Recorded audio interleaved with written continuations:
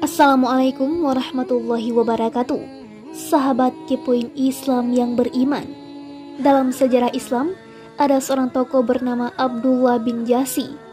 Tokoh sahabat yang akan kami paparkan saat ini adalah seseorang yang begitu akrab dengan Nabi Shallallahu Alaihi Wasallam dan salah seorang yang pertama kali memeluk Islam.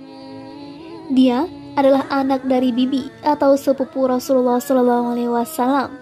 Karena ibu Abdullah yang bernama Umaymah binti Abdul Muthalib adalah bibi Rasulullah SAW. Dia juga menjadi ipar Rasulullah karena saudarinya yang bernama Zainab binti Jasi adalah salah seorang istri Nabi dan menjadi salah seorang ummahatul mukminin. Dia adalah orang yang pertama disematkan dengan panji Islam. Dia juga yang merupakan orang pertama yang mendapatkan gelar Amirul Mukminin. Dialah Abdullah bin Jasi al-Asadi. Abdullah bin Jasi masuk Islam sebelum Nabi SAW masuk ke dalam Darul Arqam. Dia juga termasuk orang-orang pertama yang masuk Islam. Saat Nabi SAW mengizinkan para sahabatnya untuk berhijrah ke Madinah untuk menyelamatkan agama mereka dari siksaan kaum Quraisy, Abdullah bin Jasi adalah menjadi orang kedua kaum Muhajirin karena tidak ada yang mampu mendahuluinya mendapatkan kemuliaan ini selain Abu Salamah. Berhijrah di jalan Allah Subhanahu wa taala dengan meninggalkan keluarga dan tanah air bukanlah hal yang baru bagi Abdullah bin Jasi. Sebelumnya, ia pernah berhijrah bersama beberapa anggota keluarganya ke Habasyah. Akan tetapi, hijrahnya kali ini terasa lebih luas dan lengkap. Semua keluarga dan kerabatnya turut berhijrah bersamanya. Tak kurang anak-anak ayahnya, baik pria maupun wanita, tua ataupun muda, bahkan anak-anak. Rumahnya adalah rumah Islam dan sukunya adalah suku iman. Sebelum mereka meninggalkan Mekah, nampak kampung mereka terlihat begitu sedih dan haru. Ia nampak kosong tak berpenghuni, seolah ia belum pernah terisi dan tidak pernah terjadi percakapan dalam rumah yang ada di dalamnya.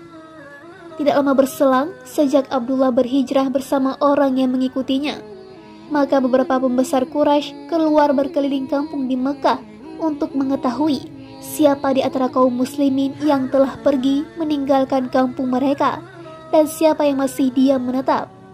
Salah seorang dari pembesar Quraisy tadi adalah Abu Jahal dan Utbah bin Rabi'ah. Maka Utbah memandang ke arah rumah-rumah Bani Jasi yang ditiup angin pembawa debu dan pintu-pintu yang terbuka. Demi melihat itu, Utbah berkata, kampung Bani Jasi kini menangisi penduduknya. Abu Jahal langsung menimpali, siapakah mereka sehingga kampung ini menangisinya? Kemudian Abu Jahal meletakkan tangannya di tembok rumah Abdullah bin Jasi, dan rumah tersebut adalah rumah yang paling bagus dan kaya di antara yang lainnya. Dan Abu Jahal berkuasa atas rumah tersebut, dan apa yang ada di dalamnya seolah ia adalah pemiliknya.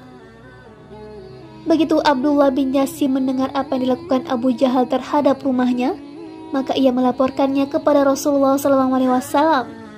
Maka Nabi bertanya kepadanya, apakah engkau tidak rela ya Abdullah jika Allah akan menggantikannya dengan sebuah istana di surga? Ia menjawab, tentu saya rela ya Rasulullah. Rasul bersabda, nah begitulah. Maka menjadi tenanglah jiwa dan hati Abdullah. Hampir saja Abdullah bin Jasi tidak sampai ke Madinah setelah melalui perjalanan yang panjang dan melelahkan dalam hijrahnya yang pertama dan kedua. Hampir saja ia merasakan ketentraman di bawah naungan kaum Ansar setelah ia merasakan penyiksaan yang dilakukan oleh kaum Quraisy, sehingga ia merasakan dengan izin Allah penyiksaan yang begitu berat yang ia rasakan sepanjang hidupnya sejak ia masuk ke dalam Islam. Marilah kita mendengarkan kisah pengalaman yang pahit dan menyakitkan ini. Rasulullah SAW mengirimkan 8 orang dari para sahabatnya untuk melakukan tugas kemiliteran dalam Islam. Salah seorang dari mereka adalah Abdullah bin Jasi dan Sa'ad bin Abi Waqqas. Rasul bersabda, aku akan menunjuk pemimpin di antara kalian, yaitu orang yang paling kuat merasakan lapar dan haus.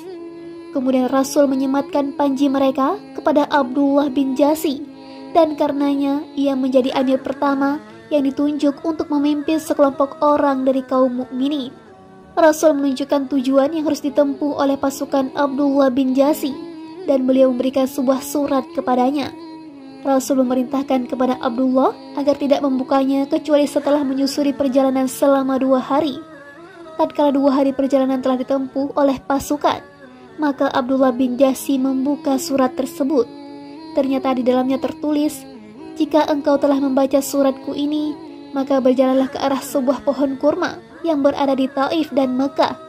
Pantaulah suku Quraisy dari sana dan sampaikan kepada kami informasi tentang mereka."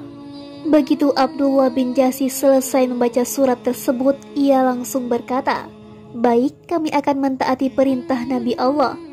Lalu ia berkata kepada para sahabatnya, "Rasulullah memerintahkan aku untuk pergi ke sebuah pohon kurma yang dituju agar aku dapat memantau suku Quraisy sehingga aku dapat memberikan informasi tentang mereka.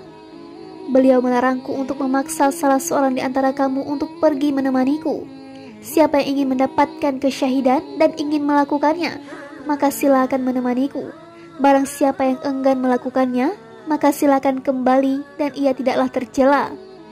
Kaumnya menjawab, "Kami mendengar dan taat kepada Rasulullah SAW. Kami akan berangkat bersamamu sebagaimana Nabi menyuruhmu." Lalu pasukan tadi melanjutkan perjalanan mereka hingga tiba di pohon kurma yang dimaksud, dan mereka lalu mencari berita lewat kafilah yang lewat untuk mendapatkan informasi tentang kaum Quraisy. Mereka masih melakukan tugas hingga akhirnya mereka melihat dari kejauhan datangnya sebuah kafilah Quraisy yang terdiri dari 4 orang, yaitu Amr bin Al-Hadrami, Al-Hakam bin Kaisan, Uthman bin Abdullah, dan saudaranya yang bernama Al-Mughirah. Mereka berempat membawa barang dagangan suku Quraisy yang berisikan antara lain kulit, anggur kering, dan komoditas lain yang biasa diperdagangkan oleh suku Quraisy. Ketika itu, para sahabat Rasul tadi mulai bermusyawarah. Hari itu adalah hari terakhir dari bulan-bulan haram, di mana perang dilarang. Mereka lalu berkata, "Jika kita membunuh mereka sekarang, maka kita membunuh mereka dalam bulan haram, dan itu berarti merusak kehormatan bulan ini dan dapat membangkitkan amarah semua bangsa Arab. Jika kita membiarkan mereka hingga hari ini berakhir, maka mereka akan masuk ke tanah haram, dan mereka akan berada dalam wilayah yang aman sehingga tidak bisa kita serang." Mereka terus bermusyawarah hingga mereka sepakat untuk menyerang mereka dan membunuhnya dan merampas harta bawaan mereka sebagai ghanimah. Dalam beberapa saat saja mereka dapat membunuh salah seorang dari mereka, menawan 2 orang, dan satunya lagi berhasil melarikan diri. Abdullah bin Jasi dan para sahabatnya menggiring kedua tawanan dan barang bawaannya menuju Madinah. Begitu mereka menghadap Rasulullah dan mengetahui apa yang mereka telah lakukan, maka Rasulullah langsung menolaknya dengan keras. Beliau bersabda kepada mereka, "Demi Allah, aku tidak memerintahkan kalian untuk berperang. Aku memerintahkan kalian untuk memberikan informasi tentang kaum Quraisy dan mengawasi gerak-gerik mereka." Rasul melihat kondisi kedua tawanan tadi dan memutuskan perkara mereka. Rasul menolak barang bawaan mereka dan beliau tidak mengambil sedikit pun darinya. Pada saat itu, Abdullah bin Jasi dan para sahabatnya merasa amat menyesal, dan mereka merasa yakin bahwa mereka akan celaka karena melanggar perintah Rasulullah. Beban terasa semakin bertambah bagi mereka saat para sahabat mereka yang lain mulai mencerca mereka dan menjauh saat berpapasan dengan mereka dengan berkata, mereka telah melanggar perintah Rasulullah SAW. Mereka semakin merasa terjepit saat mengetahui bahwa suku Quraisy menjadikan kejadian ini sebagai preseden buruk untuk mengalahkan dan menangkap Rasulullah dan menyebarkan berita ini ke seluruh kabilah Arab. Kaum Quraisy mengatakan, Muhammad kini telah menghalalkan bulan haram dan telah menumpahkan darah, merampas harta, dan menahan tawanan. Tidak usah ditanyakan betapa kesedihan yang dirasakan oleh Abdullah bin Jasi dan para sahabatnya ketika derita yang mereka rasakan, dan juga karena rasa malu mereka kepada Rasulullah karena telah membuat Rasulullah dalam kesusahan. Saat bencana begitu besar terasa menimpa mereka dan musibah yang berat terasa, maka datanglah sebuah kabar gembira yang mengabarkan bahwa Allah Subhanahu wa Ta'ala telah ridha dengan perbuatan mereka, dan Allah telah menurunkan sebuah ayat kepada nabinya tentang hal ini, Janganlah ditanya betapa gembiranya mereka. Para manusia saat itu berdatangan kepada mereka sambil memeluk dan mengucapkan selamat. Dan mereka semua membacakan ayat yang turun berkenaan dengan apa yang telah mereka perbuat yang tercantum dalam Al-Quran Al-Karim. Telah turun kepada Nabi SAW firman Allah Subhanahu wa Ta'ala. Mereka bertanya tentang berperang pada bulan haram. Katakanlah, berperang dalam bulan itu adalah dosa besar.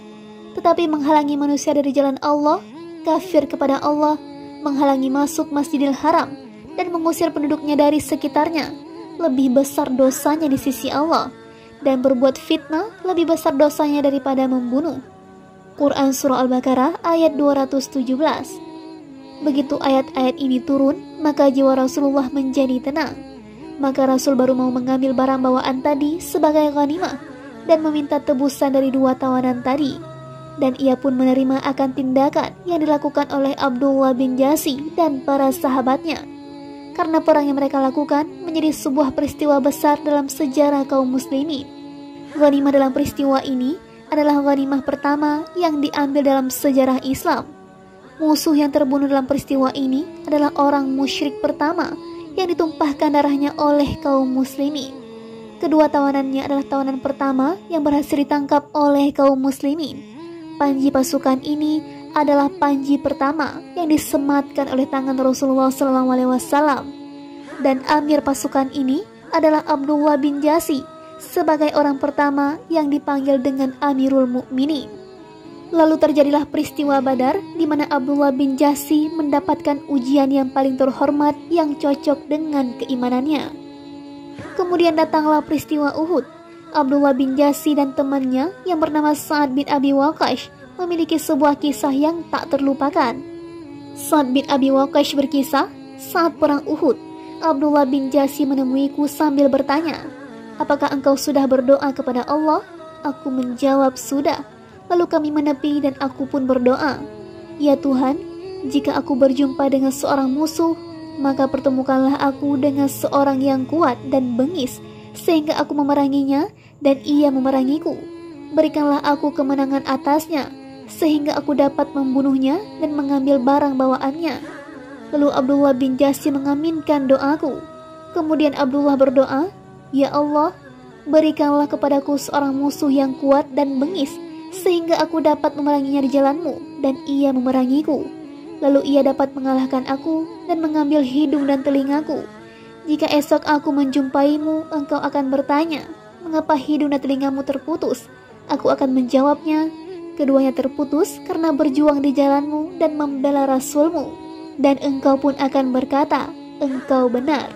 Sa'ad bin Abi Waqqas berkata, "Doa Abdullah bin Jasi lebih baik dari doaku. Pada penghujung hari aku melihatnya, ia telah terbunuh dan tercabik-cabik. Hidung dan telinganya tergantung di sebuah pohon dengan sebuah benang." Allah Subhanahu wa Ta'ala telah mengabulkan doa Abdullah bin Jasi dan memuliakannya dengan mendapatkan syahadah, sebagaimana Allah telah memuliakan pamannya, pemimpin para syuhada, yaitu Hamzah bin Abdul Muthalib. Maka Rasulullah SAW menguburkan mereka berdua dalam satu kubur, dan air mata beliau yang suci membasahi kubur mereka yang harum dengan semerbak bau syahadah. Masya Allah.